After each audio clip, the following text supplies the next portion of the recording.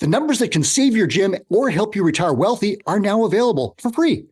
Our 5th annual industry-defining report is out. You can get the 64-page State of the Industry report at twobrainbusiness.com/data. Today on Run a Profitable Gym, Two Brain founder and CEO Chris Cooper is here to tell you exactly what we learned from this massive study. He'll also tell you exactly how you can use our guide to evaluate and improve your business. Get this thing at twobrainbusiness.com/data. Chris, big day. It's like Christmas for gym owners. How fired up are you about this thing? Super stoked, man. This is the best thing that we produce all year. It's the thing that I would dream about and say someday when I was, 2009 struggling.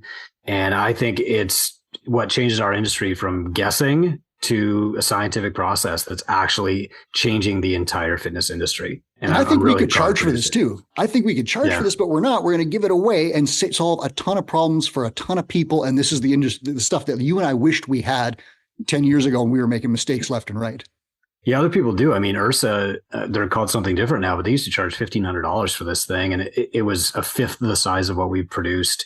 And maybe this is a good place to say thanks to Wodify, Kilo, and our other partners. I mean, these guys show up every year. They don't pay to be in this guide. We ask them because they have the best and clearest data, and they are just aligned on the mission to help gym owners. And so, this year we've got data from Wodify, we've got data from Kilo, we've got data from our own Two Brain dashboard. The 1,000 gyms that are in Two Brain are helping out. We've got data from another 1,000 gyms from a qualitative survey that we do. And everybody contributing to this is just doing it to help gym owners. There's no money made. I mean, this costs every time and money and effort.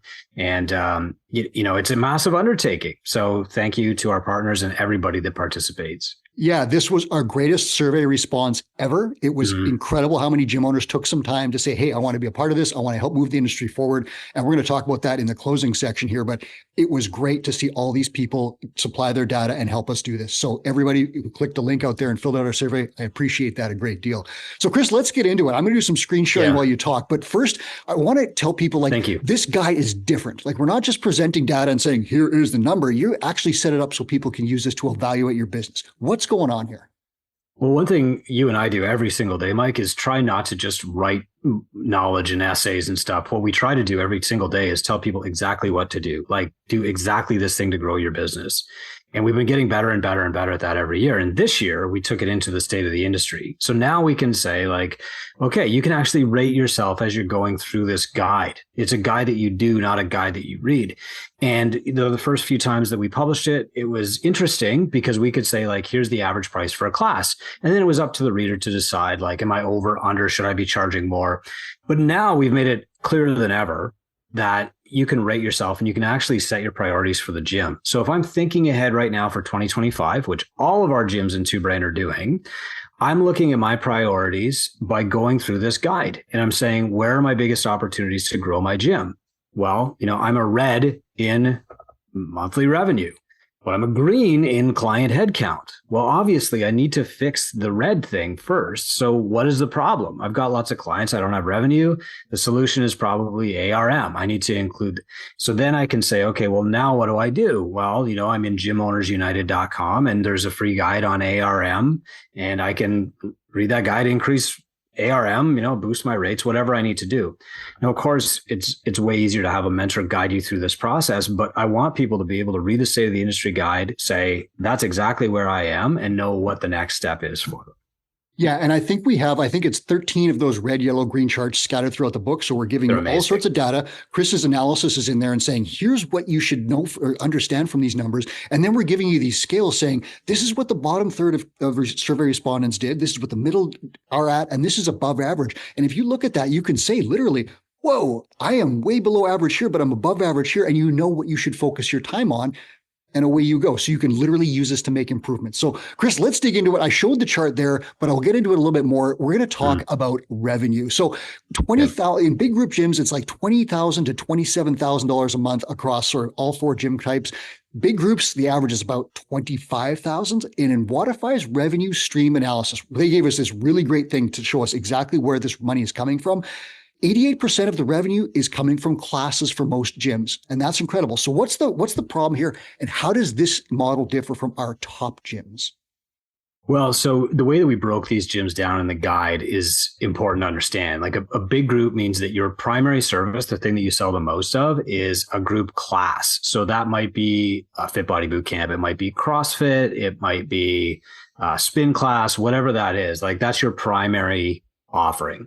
You might have some other offerings, but it doesn't account for more than maybe, 10% of your revenue. But what's interesting is that if you look at just the revenue in this guide, you'll see that the big group model has the highest revenue. Okay. And good. Like that's one of the most important numbers you can look at. But what's also interesting is that they have the highest expenses. And so at the end of the day, when it all kind of shakes out, a lot of these big group gyms are not doing nearly as well as the small group gyms. So for example, the small group gym might have 20,000 in revenue, but they have a smaller space, 2,000 square feet. So their expenses are less. That means the owners have a bigger profit margin, which means they can pay their coaches more and take more home. And then if you look at like one-on-one, and this was me, for many years before we opened our second gym, they're making a high revenue, 22,469. And they might even be really profitable, but they might also have like high staff expenses. We're going to talk about that later, or they might be burned out. I was making probably 45,000 a year take home as a personal trainer, but I was also working a 14-hour day. And even on Saturdays, I was pulling 7 or 8 hours of client training. So it's not really sustainable. And so, what we're going to be looking at here is not just the revenue, but that's definitely like a good starting point. Yeah, and so other gyms, Chris, we kind of classified here. You got big group, you've got small group, and then you've got one-on-one. Other is going to be a lot of access gyms fell in there, or gyms that were like they sell access to equipment and things like that. So you can see some revenue here, but some of their costs to open later on are very extreme as well. So these numbers have to be in perspective. But if you look at this, you'll see big group is making a lot of money, $25,000 as opposed to small and one-on-one. But if you're serving big groups, what do you need? More toilet paper, more barbells, more space, more coaches, and all these other things spiral. Is it the most profitable model? Well, we can find it as we go a little bit further in this guide. Yeah, we will see that. So we'll dig into it more. That said, for some people, they love coaching big groups. But again, like you shouldn't avoid having a one-on-one service for clients who want it, because people might want to buy CrossFit. They might want to do Fit Body Boot Camp. They might want to do a kickboxing thing, but they might not want to do it in a group. Yep. And so simply having that option open is going to open up a lot of doors. It's going to increase your profitability, increase your ability to create coaches' careers. We'll get into that as we go. So revenue is a great starting point. I love that we're starting there instead of talking about client headcount, because as we'll see later on, client headcount really hasn't changed very much. Yeah, and we're going to get into that, but we're going to do it not just by focusing on client headcount, but we're going to talk about it as one of 4 things here. So I'm going to throw out 4 hugely important stats, and I'm going to get you to tell me what this really means, because you have to take this and put it in perspective for gym owners, because business model, staffing, service, pricing, everything comes from this. So here's the big picture. The median number of clients in big group gyms was 122. 5 clients gained per month and 3 lost. Average revenue per member per month of $167, and an average of 6.34 people attend a group class, according to Wodify. So these are 4 really important numbers. Talk about what's going on, and I'm going to show people these screens as you do. Okay. So first, there are models out there in franchises and popularized again by CrossFit HQ for some reason that the big group model is it. Like you want lots of people coming in, doing a big group class together, no on-ramp, prioritize headcount. But the truth is that just has never borne out to be true. I mean, there are some unicorn gyms out there with 300 members, but they never last longer than about 5 years. And some of those people who had like the biggest gyms in CrossFit 5 years ago, they don't have those anymore. And it's because they don't have a model that's actually working long term. If you are the first CrossFit gym or the first Fit Body Boot Camp or the first F45 to open in your town, you're going to have a first mover advantage, and you're going to get 300 clients in your first 2 years. And then gradually those clients will leave to other boxes, and some will open their own boxes. I mean, we've all seen it. If you're listening to this, watching this, you've seen it yourself. You know it happens. The truth is that most of these group coaching gyms wind up with 120 to 150 members. And so instead of aiming for 300, underpricing yourself, stretching your coaches thin, working too much, taking on too much debt, paying the landlord way too much, you're actually better off to build your business model around getting 150 clients and keeping them. And that's a very different mindset, but it's also a very different plan. And, every single year that we've published this report, the average number of clients in a group training gym has been around 120. It's not that we're beating this drum for no reason. It's that this is just the harsh reality. And, while all of the myths about, you need 300 clients to make a great living, I mean, they all sound good, right? But everybody with more than 2 or 3 years experience in this industry knows like it's just a castle in the sky. Like that doesn't provide a good living for most people. You're better off to actually start with a model for like 150 clients and then look at different touch points on the way if this will help you. So, at 50 clients, you should be above break even and paying yourself something. At 100 clients, you should be above break even. You should be paying yourself a good salary, like a trainer's salary, and employing somebody part-time. And at 150 clients, you should be making $100,000 a year and employing another full-time trainer and have enough left over to pay like an admin person or another part-time trainer. I mean, if you work to build your model, this is possible. But if you don't have a model in mind, what you wind up with is always shooting for more clients, having a volunteer kind of staff of like 10 to 12 people who are constantly churning in and out, having a very high churn rate in your box, and just burning out because you're always thinking about marketing instead of doing the coaching job that you signed up for. Yeah, like think about this, listeners. Half of our survey respondents, half have 122 clients or fewer. And the average revenue per member there is $167. Now, I literally got an email this morning from a gym owner. He's a 2-brand client. He has about 106 clients. His average revenue per member is, I believe it was $285 per client. He runs group and personal training, and he's making over $100,000 as a year. That's a very different approach to this. And he doesn't need 300 clients. He just has a better average revenue per member. So it's really interesting. Yeah. Chris, I'm going to show you the marketing screen here of clients gained and lost, because this is super interesting. And when you're talking about adding clients and getting to 300 members, this stat really shows that that's just not maybe the best plan, because gyms are not adding clients at a huge rate. No. And, you've probably heard different reports if you're paying attention where, these gyms are adding 6 or 7 a month and CrossFit gyms are adding 8 a month. And, it is important to know like how many they're gaining, but more important is what is their ARM? How long are they staying? Is that a mean or a median number? Like, I'm really, really pumped that the rest of the industry, especially the CrossFit gyms, are talking about data right now. And our next job is to inform people on like how to look deeper into the data and figure out what actually matters. So if on average, a big group gym is gaining 5 clients, but losing 3 every month, well, that means that they're only netting 2. And so, after a year gaining like 24 more clients, that's probably not going to be enough, especially if your ARM is too low. Perfect example this morning in gymownersunited.com, a guy asked a question. I really want to do something nice for my staff for a Christmas party. Last year we went to Topgolf, but that's too expensive. I mean, the answer is not, how do I get a cheaper Christmas party going? The answer is, how can I make enough money to do what I want to do with my staff at Christmas? And I think like this is where ARM is super duper important. So, the average revenue per member on a big group is 167, and that's a mean, right? Which means that the gyms that are charging more are pulling that number up, but there are a lot of gyms who are charging like under $113 a month. Yep. There's no way that's going to be sustainable in a coaching business. I mean, at that point, you're almost as cheap as an access business, and that is not even the same model. So, the difference here between like big group, small group, and one-on-one, I think is really, really clear. So big group is you're trying to get 12 to 15 people in your CrossFit class, Fit Body Boot Camp, F45, whatever. Mm-hmm. One-on-one is obvious. You're doing an hour or half an hour or 45 minutes at a time, one-on-one with a client. Small group is in the middle. So small group is 5 or 6 people usually. The group doesn't change much. It's always the same people at 10 a.m. Tuesdays and Thursdays or whatever. And they're paying close to one-on-one prices. And it's similar to semi-private. But in the small group, they're all doing the same program.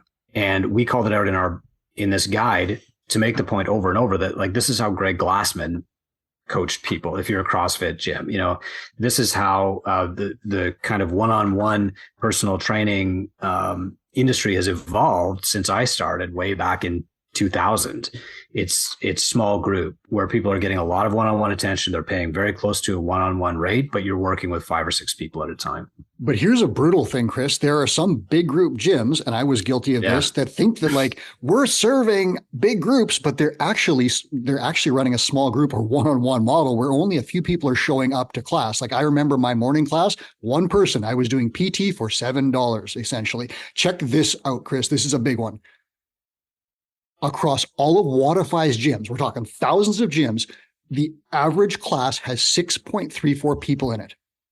Yeah. Like that should blow your mind if you're listening to that. Like you are not on average. Some people are, but very few are getting 15 per class. Right? Yeah. There's a lot of gyms out there that are running a small group model at big group prices. Yep. And that's they're charging half what they should. And that's killing them. Yeah, exactly. Like if you're charging, back in when I started, my unlimited was $135 a month. Right. And what that meant was that people who were signing up for unlimited, they were coming 16, 17 times a month and paying like $4 a class. Yep. Well, when you've got a class of 2 or 3 people and those people are paying $4, $5, I mean, you're losing money running that class unless you do it yourself. And this is where gym owners get trapped. Well, I can't afford to pay anybody to come in at 6 a.m. So I'm going to have to come in at 6 a.m. And, it's this downward spiral. And really, if it sounds like we're beating the dead horse of pricing and ARM over and over, it's because it's the most important thing that most gym owners are missing right now. And we lived it. Like I literally lived what you said, where I was like, I called you like literally, Chris, I'm losing $5,000 a month because I'm paying coaches to coach classes with no one in them. And you're like, dude, you need to cancel some classes or get some more members. And here's the plan. And that's literally what happened to me. And you knew the answer because you had gone through the same thing. So we're not beating this thing up. We're just saying like, guys, like it's 2024. We now have the data. You no longer have to listen to me and Coop saying, here's what happened to us. We screwed up. Here are the numbers. Like Wodify's thousands of gyms. Are you the outlier that's getting 12 people per class? Maybe, but probably not. Right. So like, it's kind of incredible. Like this for me was when I saw this number, I was like, wow, a lot of gyms are basing their model on numbers that just don't exist. No. And I mean, I hate to use my own gym as an example, but there was a time last week when there was an 11 a.m. semi-private group. I was in the group as a client. Mm-hmm. 6 people showed up. Usually that group is capped at 5, but there were 6 that day because somebody wanted to make up a session. The coach made $80 for that hour. Okay. Fantastic. Yeah. Amazing.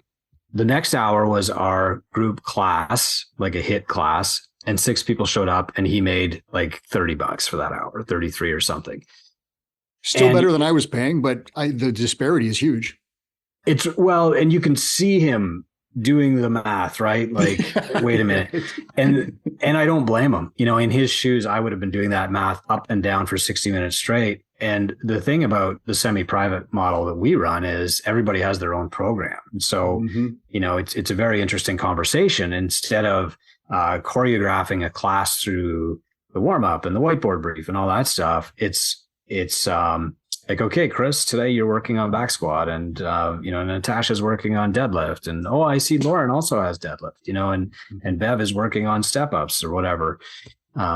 By the way, those are the real names of people in my semi-private. So hopefully they're not offended by that. Their training secrets are out now.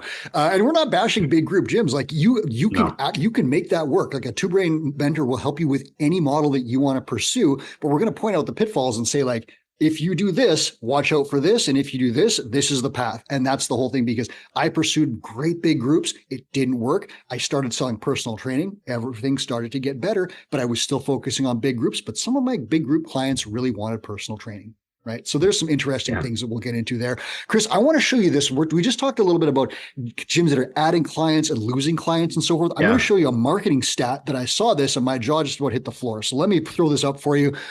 This is people who do not call their leads back at all.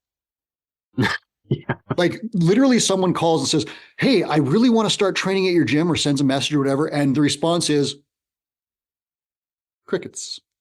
What do you see here? It's a snub. I mean, what if somebody walked up to you in the Starbucks line and said, hey, CrossFit 204, that's awesome. I've heard so much about this place. It sounds like the coolest gym in Winnipeg. Yeah. And you just turn and walk away. Like that's literally what you're doing when you don't return somebody's phone call. And I know, I'm in my late 40s. And so that's not something my generation does. I know other generations tend to leave people on red or whatever it's called. But the reality is like when you don't respond to somebody's call, it's not just, a wash. You're actually sending them the message that they're not welcome at your gym or they don't fit. It's even important, if somebody asks, hey, I want to drop in and you don't do drop-ins, or somebody says, I want open gym time, or I'm looking for a cheap gym, even if they're like a bad fit, it's still really important to answer them because they're connected to 100 other people who might join your gym. And so you want to leave a good impression with them and get back to them right away. I think the real reason that people don't do it is fear. They don't want to be like pushy. They don't want to feel salesy. They don't want to feel slimy, but coaching starts before the person ever sets foot in your gym. And you have to coach them to come in the first place and do an NSI. And then you have to coach them to take the next step and commit to themselves and sign up. And then you have to coach them to show up, etc. So if you look at this as coaching, and the first stage of coaching is somebody raises their hand and says, I need help, man, if you're just turning your back on them, good luck in this business. Yeah. And you can see here, like in the big group model, you've got 22.83% callback under an hour. Like that is the gold standard, right? And then 1 to 3 hours, we understand that like you can't always call back in 60 minutes. So that's pretty good. 24%, 30% is same day. And that's like still pretty good. But then you start getting into same week and no call. And that's so like 22% here of big group gyms respond to a lead in like the same week or not at all. Like these are people that called and asked for your help. And if you're not responding to them, wow, like this is essentially free money, right? So this is just not a good thing that's going on in the industry. And, I'd like to see that change. I think you would too. Money. We're going to talk some money here, Chris. This one is really interesting because we're talking about breakdown between payroll, expenses, fixed expenses, and profit. So this is where what does the owner end up taking home? So I'm going to throw some numbers at you and I'll do some screen shares while you talk about them. Fixed costs plus payroll, about $16,000. And of that, $9,700 is fixed and $7,000 is payroll.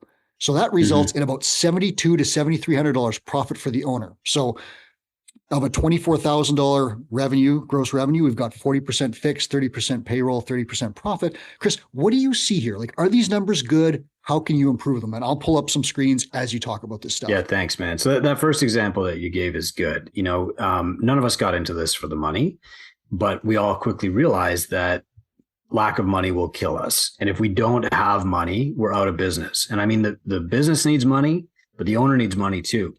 A lot of people in our industry, something like 11,000 CrossFit gyms have come and gone now. And these are all people who wanted to be entrepreneurial, but they got into the business of coaching fitness because they wanted to change people's lives.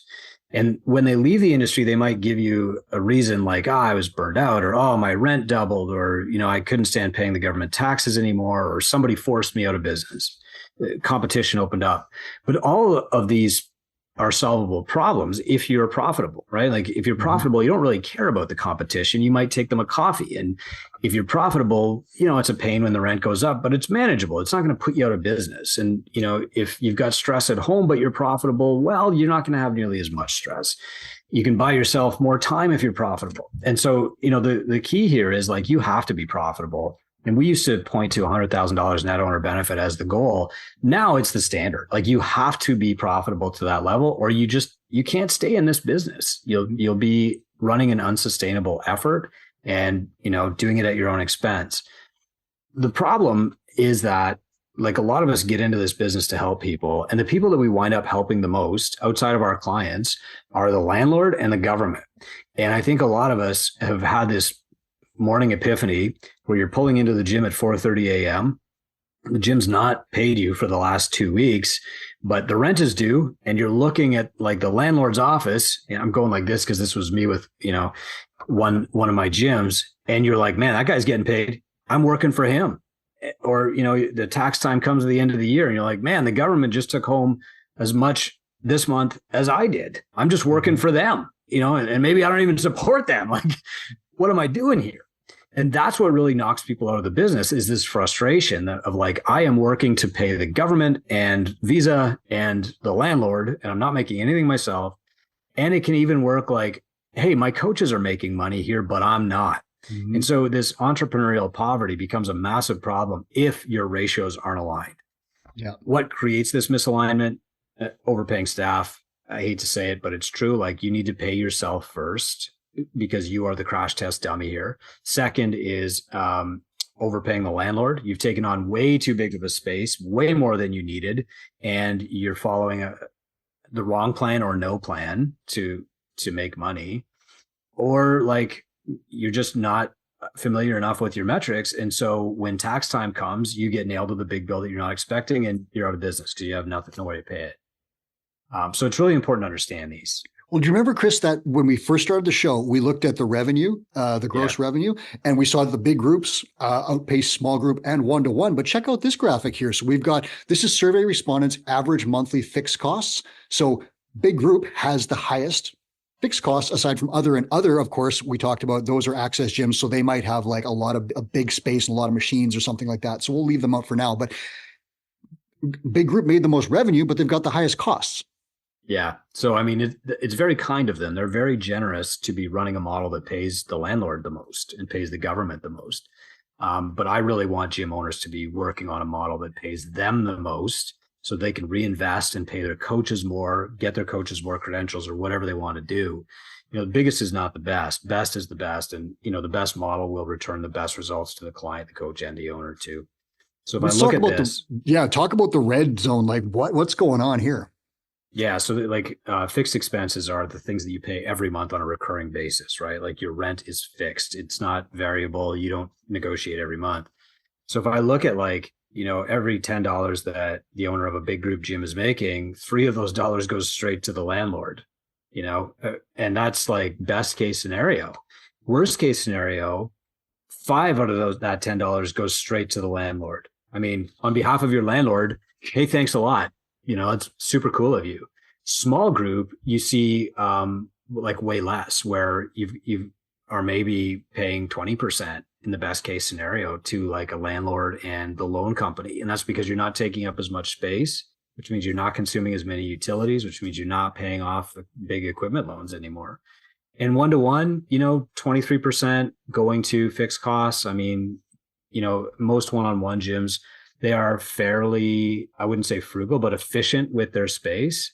I went big with one-on-one, and we had like training rooms that were just going unused a lot of the time. So I think my percentage would have been a little bit higher. But, if you look at like the best and the worst case here, what you'll see is that 30% of your money going to the landlord, the utilities company, and the government. I mean, it doesn't sit well with me. And that's what the gyms that are just doing big group are doing. They have these high fixed expenses.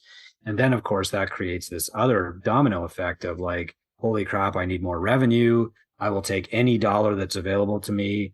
You want to come in? I'll give you an amazing discount. Just sign up today. I've been there. You're short on rent. Every dollar looks like a dollar that you want. You're angry that there's competition.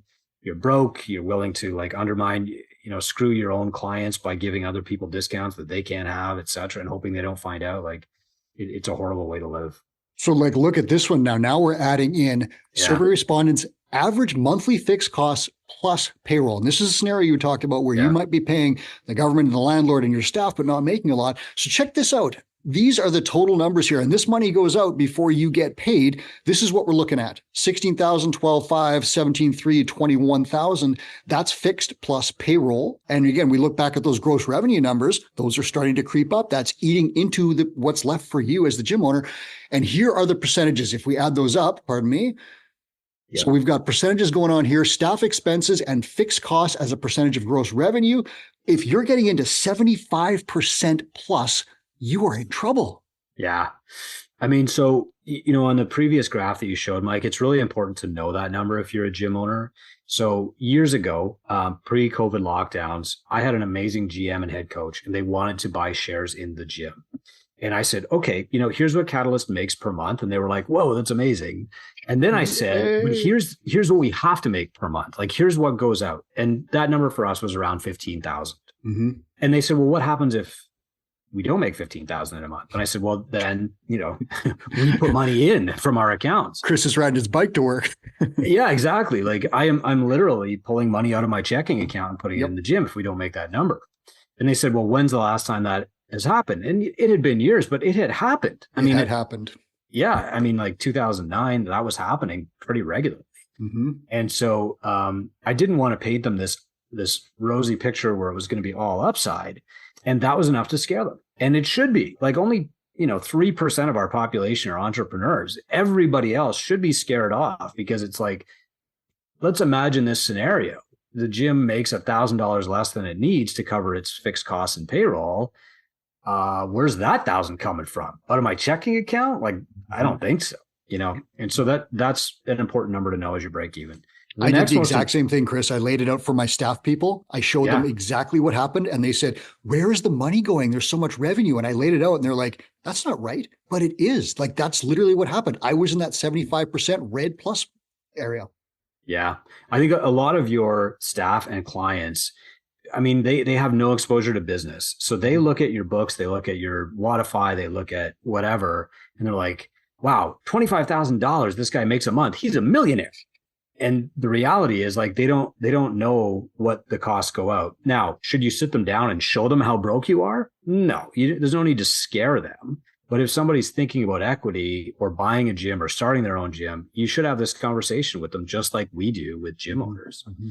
So if I'm looking at this percentage, so this is like the money comes in and then it goes out before I take $1. What percentage of that money that comes in is going right out the door again? And unfortunately, there are a number of gyms who are bringing in $10 and immediately paying out $750. Now, this isn't like before that unexpected tax bill hits. It's like this is happening every single month. There's nothing left over. Think about the family stress that goes on. If you're running your gym and your spouse, she's working and now she's taking some of her hard-earned money and putting it in your little hobby gym, like, imagine the stress that puts on your marriage. I can't imagine it, but I lived it. And I would never, ever want to go back there. My gym would not exist today if my percentages were still in the red here. So let's look at what's left. I'll show you here. I'm going to click over to the next screen here and I'll scroll down. Pardon me for this. How much money do you make? This is gym owners' money. We got median and mean. Chris, you're going to talk about that in a sec. Yeah. But this is what's left over at the end of the month on average and with the median above and below. So check this out. Yeah. So if you don't have a stats background, I mean, I don't want to get into it, but like a mean is if we took all the revenue coming from all the gyms in the world and we divided by like the 9,000 gyms in our study, like that would give you a mean net owner benefit. Sorry. So if you took all the profit of all the gyms in the study, you divided by the number of the gyms in the study, that would give you the mean. That's your average. Mean average. Yep. Mean average. A median average is if we wrote down the profit from every gym in a line and we counted backward from the end and found the halfway point of that line. So half the gyms are above, half the gyms are below that number. Yeah, exactly. And so what you're finding is that the gyms that are doing well are doing extremely well and pulling that mean way up. Way up. And way up. And the median number, though, is far, far less than that, meaning that most gyms are not doing that great. So if you look at like Big Group, the median profit is $4,000 a month. Half the gyms make less. Yeah, and or less, right? Yeah. Yep. So if you're making $4,000 a month, I mean, that's kind of the average. Now that's not enough. $48,000 a month to run a business is not a successful business. I'm sorry. $48,000 a month is like the average price of a strength and conditioning coach at a university in the States. That's $4,000 a month, $48,000 a year. Right. Like there's no upside to you owning this gym. You could just go get a job working for somebody else and make the same money. So the point of opening this gym was to create a lifestyle for you and your family, to create long-term wealth, to create opportunities for your staff, et cetera, to have an impact in your community. You're not doing that. You could actually be doing better working as a coach. But the people who are doing the best, theirs is like $7,300 a month. Well, now you're doing great. You're actually above the national average. You're living a slightly better than average lifestyle. And I can promise you empirically, they are also paying their coaches more, right? They're doing way better. So if you're looking at this and you're running a big group organization, gym, class, whatever, and you're making take home $0 to $2,500 a month, you're really in the red here. And you've got a big opportunity. If your gym is already open, you have to fix your systems. That's going to take some time, but a mentor will help you do it and shorten that time frame. It took me 7 years. A lot of gyms in Two Brain are like fixing everything within about 7 or 8 months now. It's incredible. Even pricing mistakes, it's wild. If you're doing $2,500 to $6,000 a month, congratulations, like you're running the average micro gym. Good, right? And that's better. It's better than it used to be, thanks to, I think, books, business coaching, and just a general awareness that we're running a business here. And then 6,000 plus, you're doing above average. Congratulations. Keep doing what you're doing and like double down on that. Don't get distracted by novelty. Most gyms would grow faster if they did 3 or 4 things really well than by doing 30 different things and changing all the time. Now, So small group though is go ahead, different. Chris. Yeah, small group is different. Like or one-on-one, like if you're doing $0 to $2,000 in small group training, there's probably an issue with your model. Either it's underpriced or you've got a marketing issue, right? Mm-hmm. Like operationally, you're not going to have high fixed costs. You're not going to make those mistakes. Most small groups gyms are running like 2,000 square feet. I mean, Brian Bott's been on the podcast a few times doing well over $1 million in a space that small. So the option here is like the people who are making above average incomes, small group, it's almost the same. Like they're making the same income with 50 clients that other gyms are making with 122 clients and doing twice the work. And they've got all this frustration with coaches and staff and churn and all this other stuff. And then one-on-one, they're making slightly more, but most of those one-on-one trainers are just working a crazy amount of hours. Mm-hmm. And then if you look at what's really interesting here, what you're showing with these access gyms is that it's a very different model. So you're losing money until you get enough clients to break even. And then you're profitable. But what this shows is that most people selling like an access-based model are not making more than coaching models are. And in fact, this is one of my favorite slides in the whole talk is like a coaching gym can be as profitable or more than like an Anytime Fitness or one of these swipe card, come in and use the equipment. Well, that's kind of a miracle because when we started, the only way that millionaires were getting produced in the fitness industry or lifetime careers were like you had to buy a Gold's Gym franchise for millions of dollars and you had to take on ridiculous debt. And either you made it or you were bankrupt and screwed for the rest of your life trying to pay off this debt. Well, this clearly shows like a micro gym, a coaching gym owner can do just as well as a global gym owner if they have the right model. They can also go just as bankrupt as a global gym owner if they have the wrong model.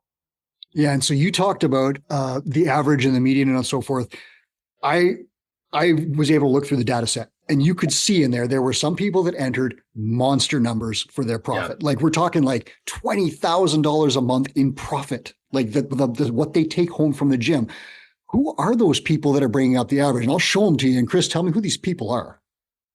Yeah, these are the tinkers. So there is a high level group of gym owners, the top 10% in Two Brain, basically. These are the people who are pulling up the average for the entire industry. So the average Two Brain gym is growing about 4 times faster than the average gym in the industry. And these people are growing about 8 times faster than that. So, compared to the rest of the industry, they're growing at like 32x. Amazing. So, what they're doing though is what I wrote about in my new book, The Golden Hour, is and Millionaire Gym Owner. Millionaire Gym Owner was about them, but the common theme through both of those books is like these guys figure out what's working and then they just do that and do that and do that and do that until they've got an amazing model. And yeah, thanks, Mike. And that model creates real opportunities for their coaches. But it also pulls up all these industry averages and creates a clear path for the rest of us. Don't follow what I did, follow what these top performers are doing, the people in the Tinker Group, because they are literally changing the industry by pulling up median averages. And if you look back over the last 5 years before the Tinker Group really got dialed in and really got going, you'll see almost a linear line for line trend as like the industry averages goes up, because it's being pulled by these people at the top. And, what can we learn from them? Well, that's how I focus most of my days now. Okay, so Chris, we've seen media reports that certain models like CrossFit or other things are growing faster than the industry average. Is that accurate, or what's really going on here? What's the plan? What's the best plan for gym owners?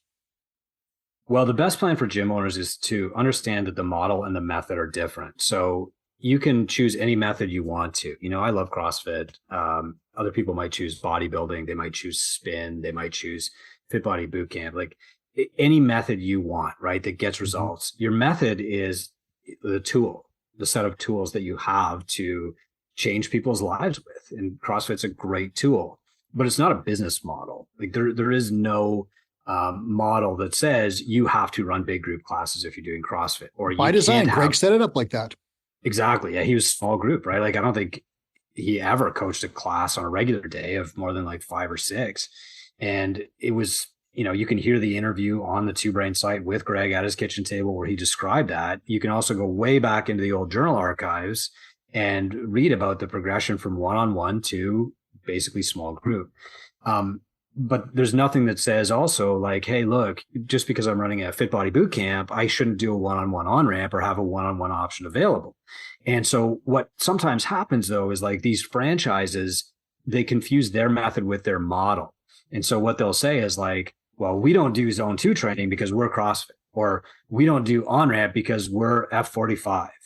And what's happening there is the franchisor, the founder, the people who are in charge are confusing their method with the actual business model that's going to make their people successful. And they get so wrapped up in dogma instead of science that it kind of becomes like a religion. We don't do that. Well, why don't you do that? Why aren't you looking at the data? And even in like massive franchises, this is a big problem where people become religious fanatics about a story that was once told instead of evolving with data and science. And we're all about data and science. We're all about evolving the fitness industry. The results that we've just shared, especially from the people in the Tinker Group, like they speak for themselves. The average Two Brain gym is growing 4 times faster than the average other micro gym. And that's because of our scientific approach to this. To my everlasting shame, I did not know that you could do CrossFit with a one-on-one client in a personal training setting. That cost me literally hundreds of thousands of dollars, but I just didn't know. Like I was like, it's a big group. I confused the method with the model, and the program is hugely effective, but some of my clients didn't want to do it in a group. Yeah. Right? And like, that's just a huge realization that smacked me in the forehead when I realized how much money I had left on the table. Well, what screwed me, Mike, was confusing what I wanted to do with what my clients And there's actually that wanted. too. I did the same thing. I forgot that I was there to serve them. And so, we'd been doing one-on-one training since, I don't know, 98 I started, and we had owned our own gym since 2005. And 3 years in, we were pretty tired. Like we were burned out. And so when we started running our free, like first CrossFit groups, 12 people showed up, and they were of course our best clients because that's who we offered it to. And it was amazing. And I turned to Mike Watson and I was like, I only want to do this for the rest of my life. I love it. It was so fun. It reminded me of training with my powerlifting buddies, but a lot of clients didn't like it. And of those initial 12, like 7 didn't continue. They all went back to that should have been assigned to me. And instead of listening to what the clients wanted, I just thought about like, well, here's what I want. Now, if you're a franchisor or you're a CrossFit HQ, they want you to run big group classes because that's where the next coaches come from that buy the certifications. And those certifications is where the next affiliates or franchisees come from, right? Like that high churn, it doesn't serve the owner very well, but you could argue that it serves the franchisor or HQ. So luckily we stand outside of all those. We don't work for CrossFit. We don't work for Fit Body Bootcamp or F45 or any of the franchises 9 round.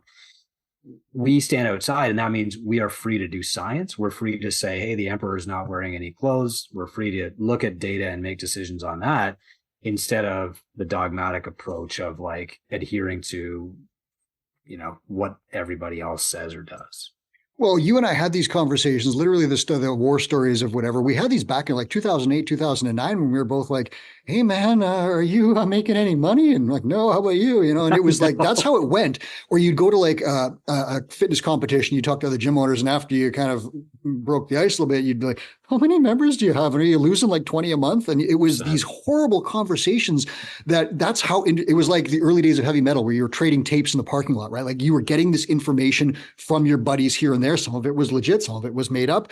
And that's what we were doing. It was literally the dark ages, right? We had the internet, but we just didn't use it. Now we're at the exact, opposite end of the spectrum. 2024, there's a fifth year we've done this guide, and we're putting out data from thousands and thousands of gyms. And without doubt, we know this is a number that is important. This number is important. Wodify, Kilo, all the other partners give us this data. And we can now say to gyms, do this. We know this works, and we don't have to sit there in the parking lot anymore. So how does someone, I want you to go, guys, twobrainbusiness.com/data and get this thing. Chris, how does a gym owner get that thing? What do? They sit down with a 64-page guide. How do they take it and move their gym forward in the next hour after getting it?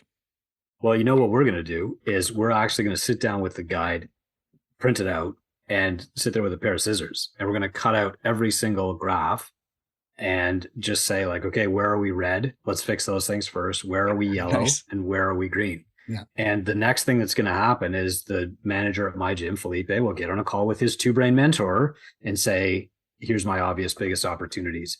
Now, sitting down and cutting things out, that's for his benefit, because his mentor already knows where he's red, where he's yellow, and where he's green, and what steps he needs to take right now to keep growing the gym. The two-brain mentor already knows that. But the visual aid of cutting it out and putting it on the wall, I think, is really, really good for him. And it could be good for you too. Have this guide, put it somewhere where you can't avoid it, right? One of my favorite pictures is a picture of my first book sitting on the back of a toilet tank, right? And I was like, that's amazing. I made it to the coveted home library. Bathroom reader. But the reality is, if it's in your bathroom, you're not going to take action on it. If it's sitting under a stack of, bank pages, you're not going to take action on it. You need to print this thing out and stick it where you can't avoid it every single day. Chris, I'm going to tell you the numbers of what we've got here. It's going to be revenue, client headcount, average revenue per member per month, length of engagement, lifetime client value, return on expenses for staff and fixed costs, profit, effective hourly rate. You can literally rate yourself on every single one of those. So what can happen is you look at this guide and you see, oh boy, I'm red in 5 or 6 different things, and you can get depressed. You can say I'm just not cut it out for this. Maybe I need to leave this industry. I'm not going to be successful. Don't think that. There's always a path forward, and I say that because I've been there. There was a time when the gym wasn't doing well. I had missed a couple of paychecks in a row.